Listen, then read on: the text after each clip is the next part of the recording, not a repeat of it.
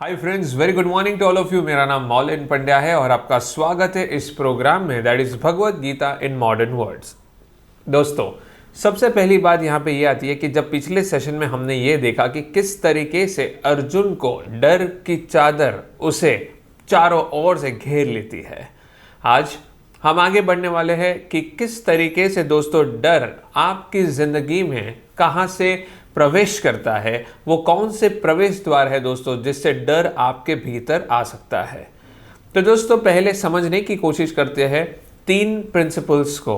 यानी कि दिमाग जो होता है वो कोई भी डिसीजन लेता है या तो फिर जो भी सिचुएशन को एब्जॉर्ब करता है वो थ्री पॉसिबिलिटीज या कॉन्सिक्वेंसेस में सोचता है।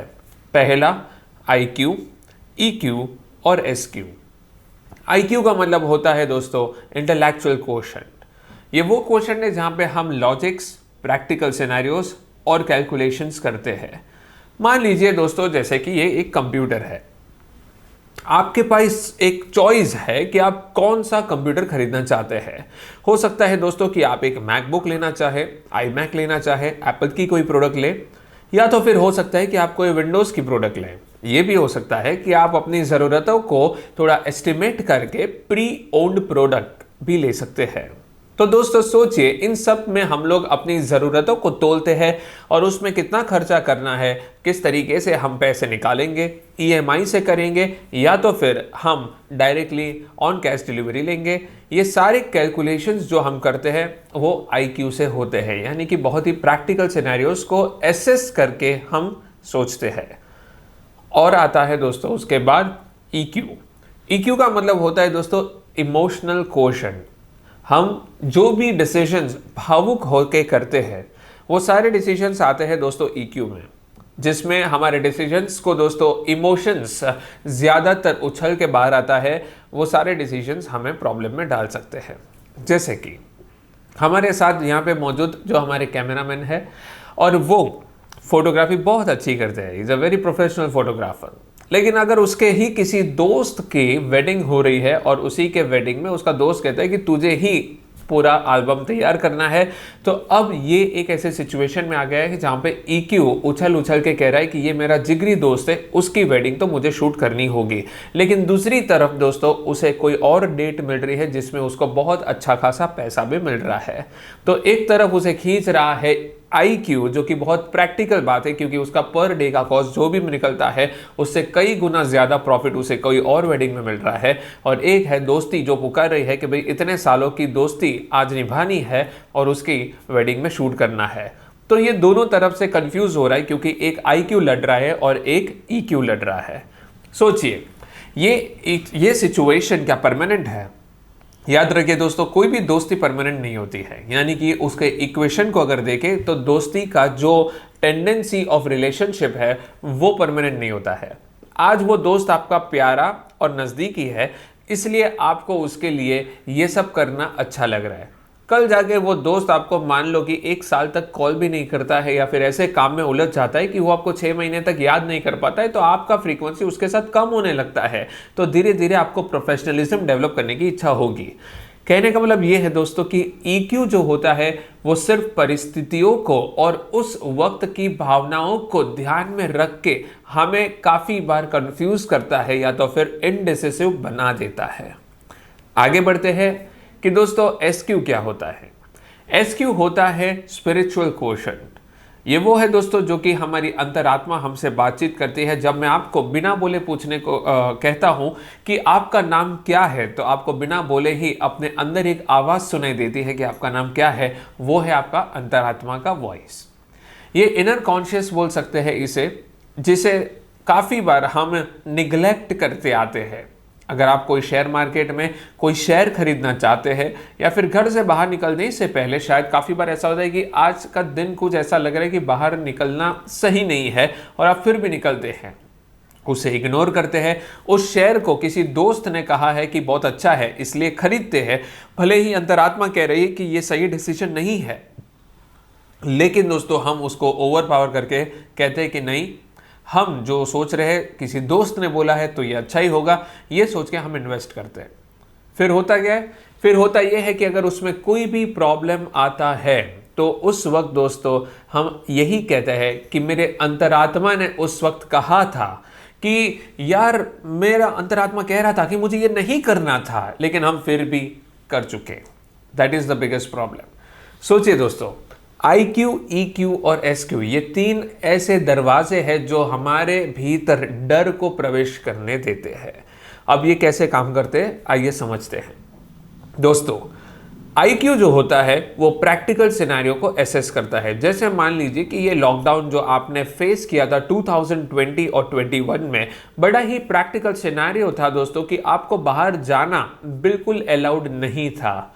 गवर्नमेंट ने रेस्ट्रिक्टेड पॉलिसीज को बाहर निकाला था, गाइडलाइंस को बाहर इशू की थी कि आप बाहर नहीं निकल सकते हैं, कर्फ्यू है हर जगह पर।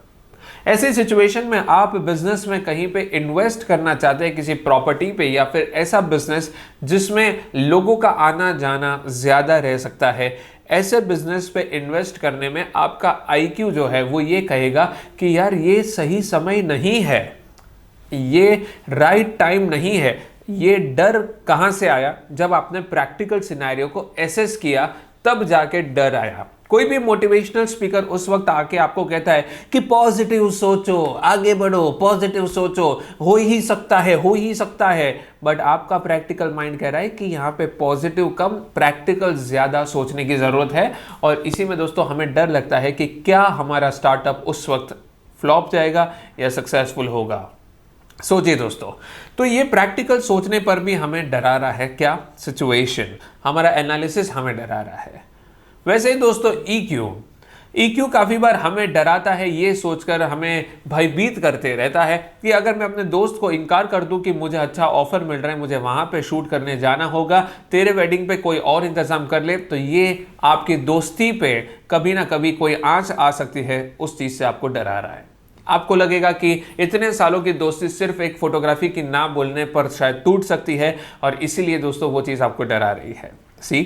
तो EQ ने आपको डर का एक रास्ता दिखाया, और वही चीज़ होती है दोस्तों SQ से, अंतरात्मा से। आपका अंतरात्मा कहता है कि ये काम करना सही नहीं है, और आप फिर भी उसको मना कर लेते हैं। तो यही चीज़ है दोस्तों कि आपके भीतर एक आवाज़ जब पहले आई ना, और फिर भी आपने किया हाँ, तो दोस्तों आपको ये डरा रहा है, क्योंकि हर कदम आप बहुत ही संभल के चलेंगे, क्योंकि आपको कहीं ना कहीं अंतरात्मा से पता है कि ये कुछ हो रहा है वो गलत हो रहा है। तो दोस्तों हमारे अंदर डर जो होता है वो डर 3 तरीके से आता है। अर्जुन की परिस्थिति में भी कुछ ऐसा ही हुआ। उन्हें EQ, IQ और SQ तीनों सता रहे थे। तीनों द्वार बड़े पैमाने पे खुल चुके थे, और दोस्तों उन्होंने जब देखा कि IQ प्रैक्टिकली सोचो यार, वो बोल रहा है भगवत गीता के अध्याय 1 में, अर्जुन कह रहा है कि हे केशव, इन सबको मारकर हमें मिलेगा क्या? IQ, ध्यान देना दोस्तों, IQ आ रहा है, वो बोलता है कि इन सबको मार के मुझे मिलेगा क्या? एक भूमि का टुकड़ा। What is that? एक छोटी से भूमि के टुकड़े के लिए हम भाई एक दूसरे के साथ लड़ पड़े हैं, एक गुरु को मारने में निकल चला हूं। What is that? प्रैक्टिकली सोचो, मुझे मिलेगा क्या? इन सब से तो बहुत अच्छा है कि मैं कहीं वन में जाके बस लूं और वहीं पे शांति से मैं योग करता रहूं। यही सबसे उत्तम न्याय मिल सकता है मुझे। सोचो, ये सोच रहा है कौन?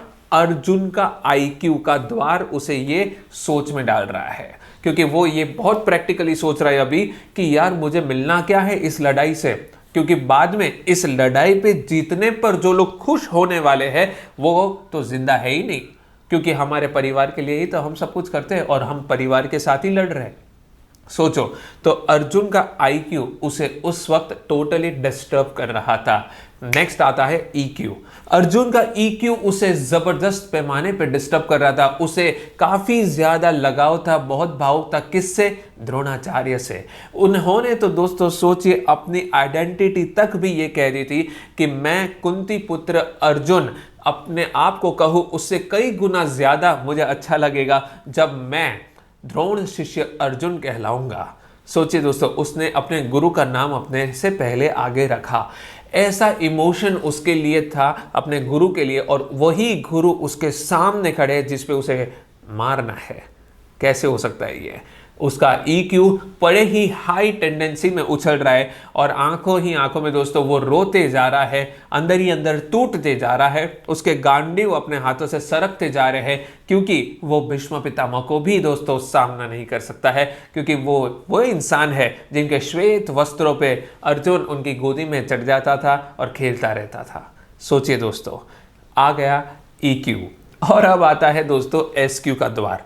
अंतरात्मा से अर्जुन बहुत ही भली भांति जानता था कि युद्ध तो एक ना एक दिन शायद होना ही था, लेकिन इस परिस्थिति जब पंचमुखी शंख ने दोस्तों आ गया था, पंचजन्य शंख ने जब दोस्तों फूकना था, कृष्ण ने जब वो फूका, तो सोचिए उसे श्योर हो चुका कि अब तो युद्ध होना ही है। और जब उसके अंतरात्मा ने ये कहा कि यार क्या मैं ये सही कर रहा हूँ या नहीं कर रहा हूँ, मुझे ये नहीं करना चाहिए था, ये चीज़ मैंने गलत की, ये चीज़ नहीं होनी चाहिए थी, जो भी द्यूत कीड़ा में हुआ, द्रौपदी के साथ जो अन्याय हुआ, वो उस वक्त भी उसे यही अंतरात्मा से हो रहा था कि ये गलत हो रहा है, लेकिन वो विवश था क्योंकि वो युधिष्ठिर को नहीं रोक सकता था। वो उसके ज्येष्ठ भ्राता थे, वो कभी सवाल नहीं करते थे और उसके बड़े भाई जो करते वो सही करते हैं और छोटों को कभी बड़ों को टोकना नहीं चाहिए। इसी नीति नियमों के वजह से दोस्तों उसका SQ अंदर ही अंदर प्रॉब्लम कर रहा था। सोचिए दोस्तों कि कहीं ना कहीं इन्हीं 3 द्वारों के वजह से एक बहुत ही बड़ा डर और ज्वालामुखी मन में फूट रहा था, जो अर्जुन को टोटली डिस्टर्ब कर रहा था, डिप्रेशन एंजाइटी में ले जा रहा था। हमारा काम यह है दोस्तों कि आज हम लोग समझे कि इन तीनों को हमें बैलेंस करना सीखना है, क्योंकि आने वाले अध्यायों में कृष्ण यही सिखाते हैं कि हे अर्जुन, स्थित प्रज्ञा होना सीखो। उसका मतलब यह है कि जो इंसान सुख अनुभव करने पर ज्यादा सुखी ना हो जाए, जो इंसान दुख अनुभव करने पर ज्यादा दुखी ना हो जाए, वो स्थित प्रज्ञ होता है, वो अपने आप को संतुलित रखता है हर परिस्थिति में। दोस्तों याद रखिए, आपको अपनी जिंदगी में EQ, IQ और SQ को संभालना होगा। कौन से डिसीजंस को IQ के साथ तोलना है, कौन से डिसीजंस को EQ के साथ तोलने हैं, और अंतरात्मा को समझना है कि कब वो कहता है हाँ या कब वो कहता है ना। दोस्तों समाज के डर से हम बहुत सारे डिसीजंस ले लेते हैं और ज़्यादातर वो EQ होते हैं। काफ़ी बार प्रैक्टिकल होने पर भी दोस्तों हमें समझ नहीं आता है कि हम ओवर प्रैक्टिकल हो जाते हैं और EQ को भूल जाते हैं और किसी को हर्ट कर सकते हैं। किस तरीके से हमें बैलेंस करना है सिचुएशंस को, वो आने वाले लेक्चर्स में हम जरूर समझेंगे। देखते रहिए दोस्तों Bhagavad Gita in modern words मेरे साथ, दैट इज मॉलन Pandya. Do subscribe this channel and my dear friends, of course like और नोटिफिकेशन ऑन कर दीजिए, क्योंकि बहुत सारे प्रोग्राम्स आने वाले हैं, बहुत सारे लर्निंग्स के साथ, जो आपकी जिंदगी को जरूर बदल सकते हैं। तो stay connected with us my dear friends. Thank you for watching this video.